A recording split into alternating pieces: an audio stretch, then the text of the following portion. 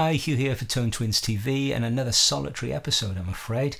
Like everybody else, Ed's in lockdown, he's at home, he's safe, he's well, he's looking after his family, and we want to keep the content coming for you guys, give you something to watch during this unusual period of lockdown. So here we have a special treat. This is a husk that started out life in 1956 as a Les Paul special. The term husk basically refers to guitars that have been stripped of all their original parts, maybe stripped of their finish as well, and it's just basically a body and a neck. And a lot of the guitars that end up as husks, especially in the vintage world, are those that have had some damage done to the body. Maybe they've been stripped, maybe there's been a headstock break, and quite frankly they're worth more as individual parts than they are as a fully functioning guitar, and people tend to strip them and sell off the parts. Nothing untoward has ever happened to this guitar. We can see that because the previous owner stripped off the horrible kind of mucky brown refinish and did a really good job of it. So we're back to the original mahogany, and it can be seen that there's never been a headstock break on this guitar, no routs, no significant repairs. It's in fantastic condition. It weighs about 2.5 kilos, which is 5.5 pounds more or less, and when you tap it, it rings like a bell, so we feel there's a lot of promise in this one. The other really unusual thing is that this one has turned up with most of its original parts. So most importantly, we've got the P90 pickups with the covers. We've got the wiring harness with the pots and the tone capacitors and the switch. The knobs have been replaced, but we've got the original pick guard, and the tuners have been replaced at some point. A common mod back in the day, somebody put on some small die-cast Grover tuners. Originally it would have had 300 plate Klusons, probably no line Klusons, and the plan is to eventually source an original set of 300 plate Klusons, but we might have to get a repro set just to tide us over until we're actually able to do that. So the plan for this video is basically to give you a really good overview of the guitar as it's arrived, show you all the parts that have come with it, and then I'm going to be reassembling the guitar, wiring everything up and stringing it up with a view to finding out what's working, what isn't, does it need a refret, are there any neck issues, does the truss rod work, and from there we'll be able to devise a really clear plan on how to approach this restoration. As you can see, the body's in pretty good shape. The only little bit of damage I can see is just a re-glued chip in front of the bass side bushing hole. You can see the colour of that nasty brown lacquer that was sprayed over this guitar. All looking good. There's a bit of stray kind of paint stripper residue just around the edges of the pickup routes. I'm going to want to clean all that off.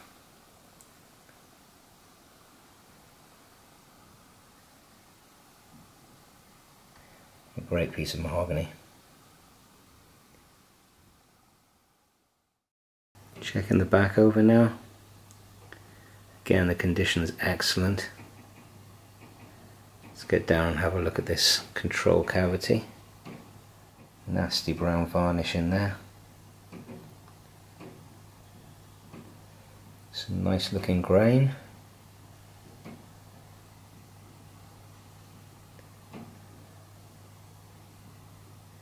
Switch cavity.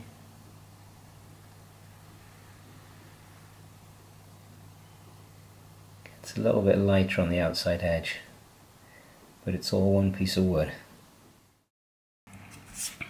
Just looking inside the pickup routes, you can see this mucky brown varnish, and it's actually got the original TV yellow finish underneath. And I've discovered that if I'm very, very careful with a sharp blade, I can actually flake this stuff off, because it hasn't really stuck particularly well to the original finish that lurks beneath it. Normally if it was nitrocellulose you'd expect it to melt the old lacquer and actually kind of chemically bond with it, but this stuff is just flaking off the top. And I'm inclined, because of the age and beauty of this guitar, to spend an awful lot of time very carefully revealing as much of the original finish as I possibly can. Now please don't write in and have a hissy fit over me doing this with the chisel, because I'm being so careful. As you can see, it's just literally flaking off in chunks, and it's not damaging the finish underneath at all.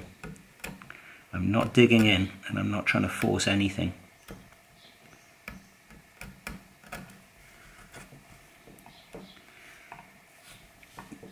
I'm not going to show you the whole process because it's going to take forever.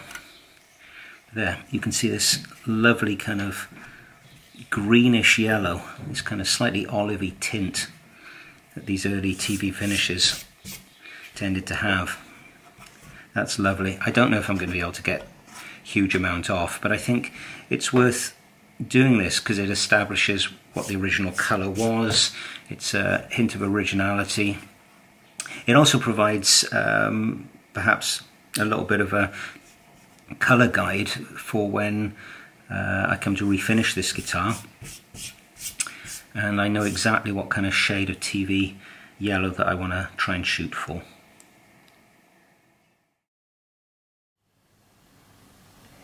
The neck profile feels absolutely fantastic. It just doesn't feel like it's been messed with at all. But the most important part is the headstock is completely intact. No breakage. Contours still look pretty good.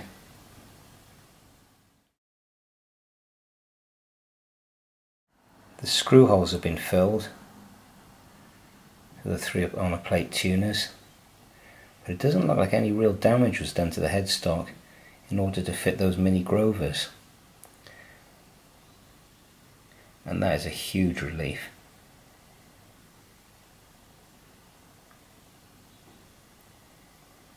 Just one extra little drilled hole there which has been filled. Who knows what that was? Maybe it was a hook to hang the guitar up. Maybe it was just a weird way of attaching a strap. We'll never know. Headstock looks really nice. Bit of damage to the lacquer around the edges from the paint stripper. It's going to take a little bit of work. Not sure this is the original finish or the original Les Paul transfer, or silk screen I should say. It should end up looking pretty good with the pearl inlay there, or celluloid more like. One of the things I find most surprising about this guitar is the fact that the fingerboard is in incredible condition. There are no divots, there's no sign of wear. It's really shiny, smooth rosewood. It's original frets. I mean, it's absolutely perfect. Absolutely perfect. And the original nut is still in there as well. This is in great condition. No missing darts. Absolutely beautiful. Wow, the colour of it.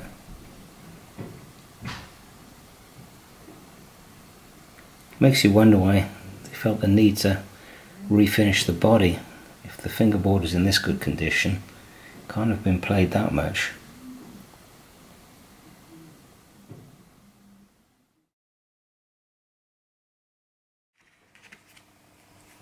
This is the poker chip, Hopefully this is going to focus on that. It's absolutely wafer thin. There's a little bit of white paint on the outside.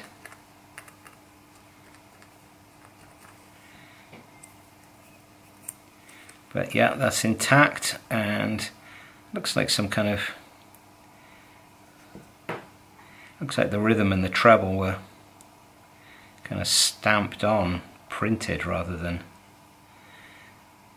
carved and cut into the plastic. Okay, that's fine. We've got an intact jack plate here. It's curved to match the body. 3-ply, black, white, black, and it looks very gnarly and old, but no cracks. And the all-important pick guard, which looks great. It's just wonderful. Okay, so you've got black, white, black, white, black. The black layer on the bottom is really, really thin. It's coming away a little bit just there on the corner. Very thin layer. And the two other black layers are much thicker. It's nicely rolled over on the edges. Big, wide bevel. And it's yellowed up very, very nicely. That is just gorgeous. So that all looks great to me. It's great to see this old truss rod cover. Has come with the guitar. It's got this yellowed up white plastic on the back and nice white edging there. And if you catch it in the right light, you can see the roller marks going across. So this is exactly what they used to put on the old Les Pauls back in the 50s. And it's great to see it still with this guitar. So you can see we've got the original wiring harness. Looks like the original switch tip. Full set of pointers and nuts. There's the original jack socket. Some vintage covers. And most importantly of all, 2 P90s.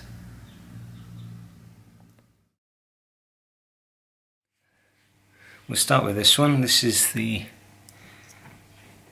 neck pickup. Everything looks really good on here. Looks like a completely unmolested vintage P90. Doesn't look like the tape's ever been off. Absolutely great. Okay, so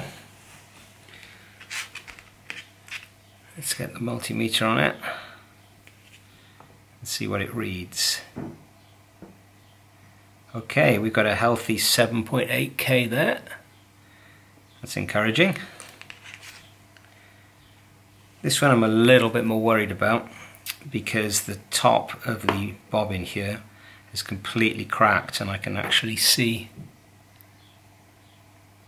the wire underneath. But a lot of them are like this. Looks like it's had a repaired crack along here. It's been glued back on.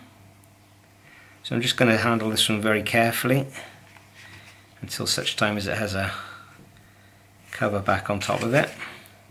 Let's get the meter on it. 7.98. Okay. That's really encouraging. This one looks very original as well. Again, the tape looks like it's never been off. There's a lovely covering of dirt and dust. Some nicely decayed masking tape under there. This is exactly the kind of thing I want to see. Yeah, I really like this. Okay, good. It's a good start.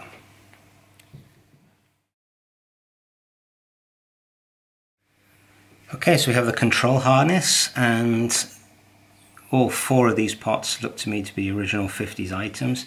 I'll check out the date codes when I can get a little bit more light on these, but they all look really good. These wires here daisy chain the ground connections between all 4 pots. So there's one that's missing here. This black wire is non-original. Both the tone capacitors look original. They're both grey tigers. I'm a little bit doubtful what's going on here because some other insulation material has been put on the lead out wire, and there are multiple wraps around this lug here. So I'm a little bit concerned that there might be a little join in here. That's not so bad. I don't really know what's going on with this tone capacitor here, but it seems to be some kind of mechanical connection rather than a solder joint per se.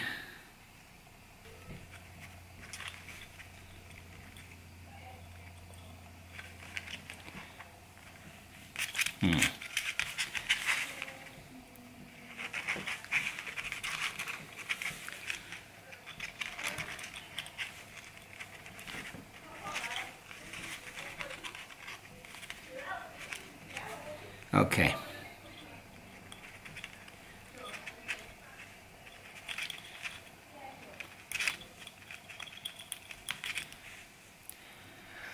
There you go. Wild guess, but I don't think this is original. Okay, so I've got to pull this thing off now. I've got a little bit of exposed wire there right next to the capacitor. I'm going to grasp that with a long nose pliers to provide a bit of strain relief as I try and get this thing off.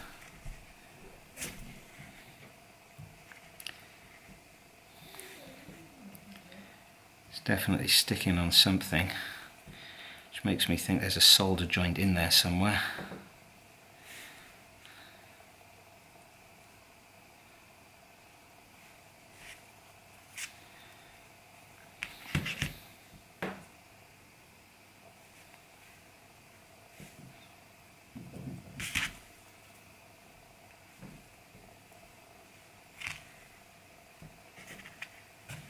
There you go. No problem. Okay, well, it's a grey tiger. It's 0.02 microfarads. Everything about this suggests that it's correct for the guitar, apart from this bit. So I reckon this was retrofitted at some point, and they put the right type of capacitor in, but they didn't bother trimming the wire. No problem. Absolutely fine. Let's have a look on the other side.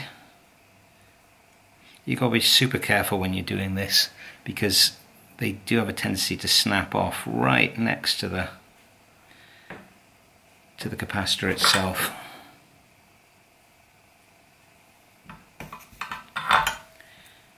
Okay. Since the other one wasn't actually joined anywhere along its length, I'm going to assume it's the same on the other side. This little bit of insulation here actually looks pretty cool. This one, not quite so much. Anyway, it's clearly old. So I'm basically going to install this capacitor properly and make it look as good and as original as possible. I'm just going to take off this crummy ground wire.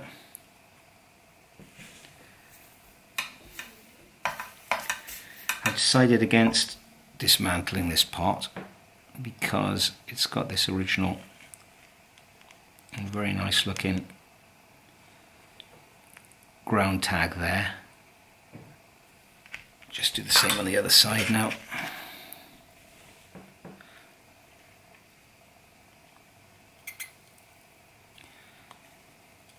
There we are, just let it fall off. No interest in preserving that whatsoever.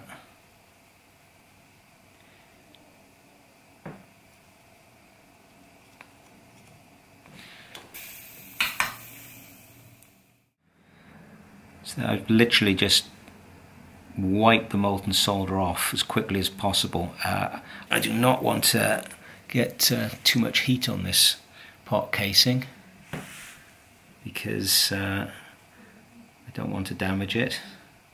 There's a lot of resin here which I'm just going to clean off with some acetone on a cotton bud, and I'm going to get some deoxide in there. Obviously measure the pot to make sure it's absolutely fine, and then when I've wiped this off with the acetone, I should be able to see these numbers really clearly, and we can get a date code off the parts. So I've finished restoring the harness, and I'm really pleased with the way this has turned out. I've replaced this bit of insulation wire here and this wire on this side of the tone capacitor. Probably get something sharper to point with. So I just made this up with a little bit of shellac and some amber lacquer, and yeah, it's not a bad match. I'm quite pleased with that. I've cleaned all the solder resin off the top of the pots with cotton bud and some acetone, and freshened up these solder joints. These guys are just tinned ready for the switch and the pickup wires to attach onto the top of the pots.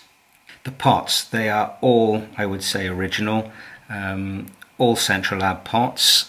They've all got the little diamond stamp with CRL on it, which is apparently correct for 55, and we've got a number of 134522, which 134 corresponding with Central Lab, and then 522, as I understand it, a 3-digit date code.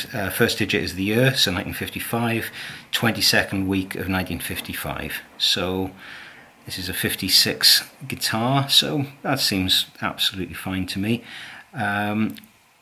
All four of the pots are 522s, so I'm pretty sure that these four have been together since the get-go on this particular guitar. I've measured all the pots. This one's 440, this one is 520k, this one is 450k, and this one is bang on 500k, so a little bit of variation. But they all seem to be working, and this harness is ready to go into the guitar.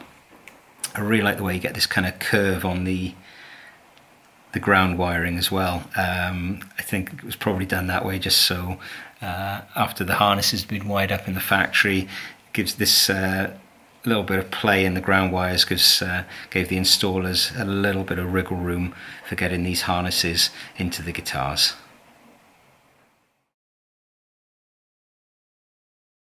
This is quite interesting. The lead out wire from the switch, this is the signal wire here with the black cloth covering, and there's a single strand here for the ground connection with some of this weird kind of cloth covered insulation stuff, which seems to be impregnated with lacquer or something that Gibson used, but that all looks really ancient to me, and you can see on there, perhaps, I hope you can see it on cam, the evidence of soldering irons melting this plastic insulation layer here, but everything looks good. Switch is pretty ancient looking, and it all looks like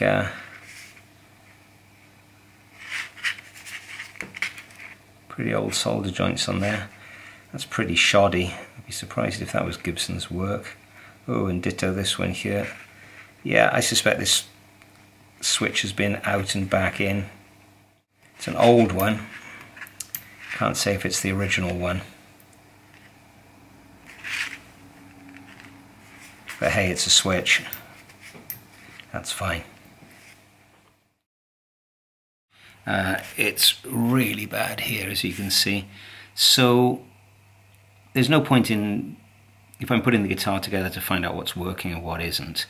Either way, I'm going to have to restore this switch, so I might as well do it now, otherwise you know, I might put it in the guitar, find out the switch isn't working or it's intermittent, and I don't learn very much about the electronics. Either way, this has got to be done, so I'm going to do it now. Okay, I'm just going to flow the reflow the joint on this ground connection.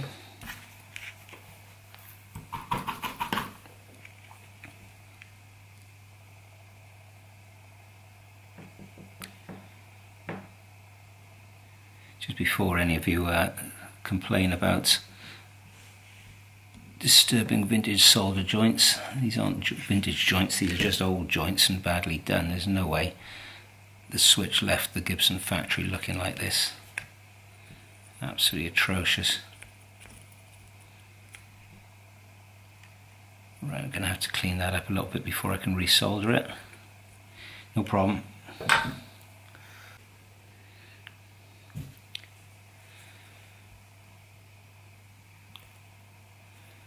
Okay, I've tied up all the stray bits of wire on the end of this bit here, and I'm just going to clean off some of this old solder with the solder sucker.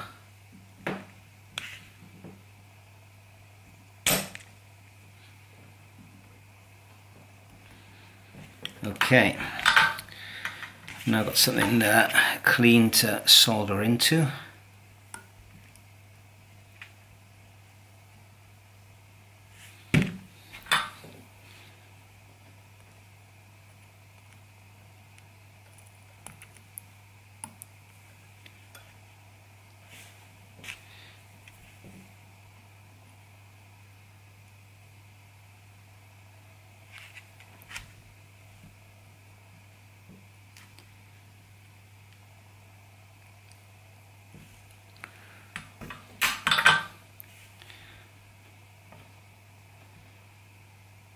Okay, pretty pleased with that.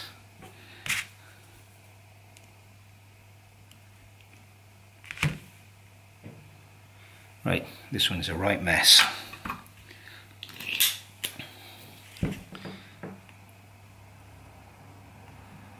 Just lift off some of the solder using the tip of the iron.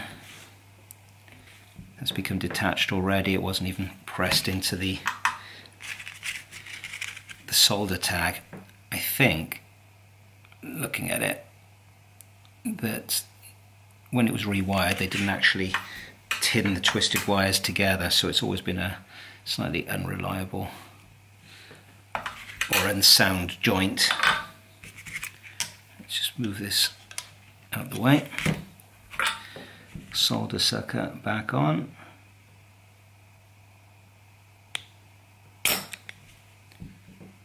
Okay.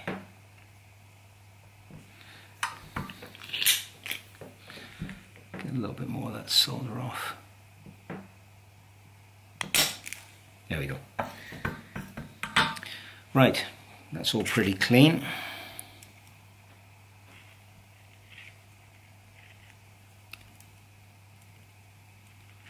Just bend the wires over. Right, that's straight into the hole now.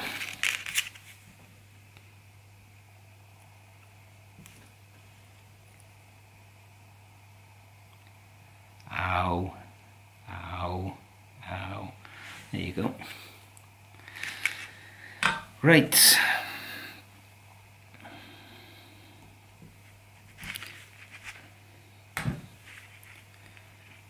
That switch wiring looks considerably neater and tidier. Make sure there's no stray wires going anywhere. Just bend that center ground tag across a little bit. Okay, I'm pretty pleased with that. That's good enough to go back in the guitar.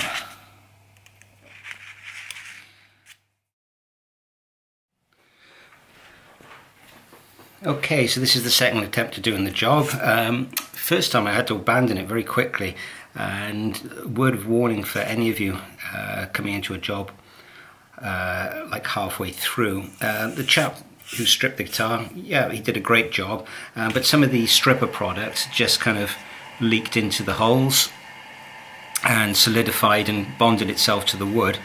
I hadn't spotted it, so when I tried to push a pot through, I just noticed the wood starting to splinter around the side of this pot, which immediately stopped what I was doing, ran some super glue in there, and it's completely solid now. So no damage done, but I've ended up using this thing here, which is a reamer tool, to go in and not remove any wood, just use it to clear out any debris from the holes so that the pot shafts can come through easily. So I'm just going to push these up from the back. Just get 2 in first. There's not an awful lot of length on these, so they sit pretty close to the body. I'm not tightening things up very much either. I'm just doing finger tight at this point.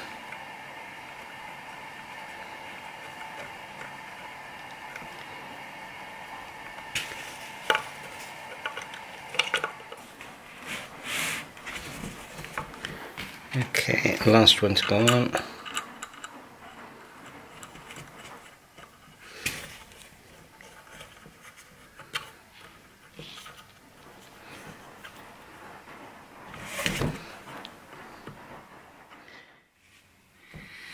Okay, I'm pretty pleased with that. Everything is lined up really well. It's looking good. Next thing I need to do is to install the switch, hook up the switch wires. Then it's time to put the pickups in. The last thing I'll do then is hook up the output jack. So the switch is in.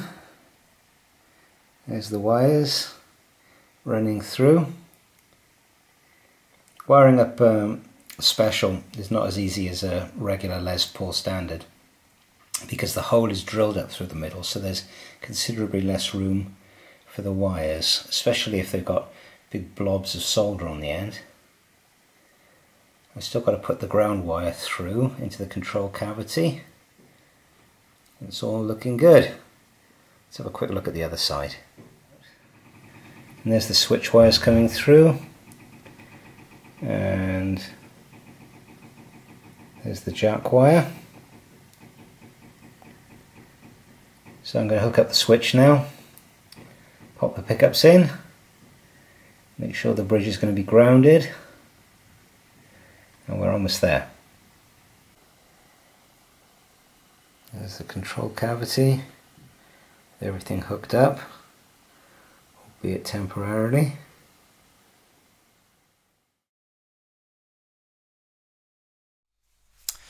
The guitar is done. It's quite a lot of work, best part of a day, but I've got to say I'm absolutely delighted.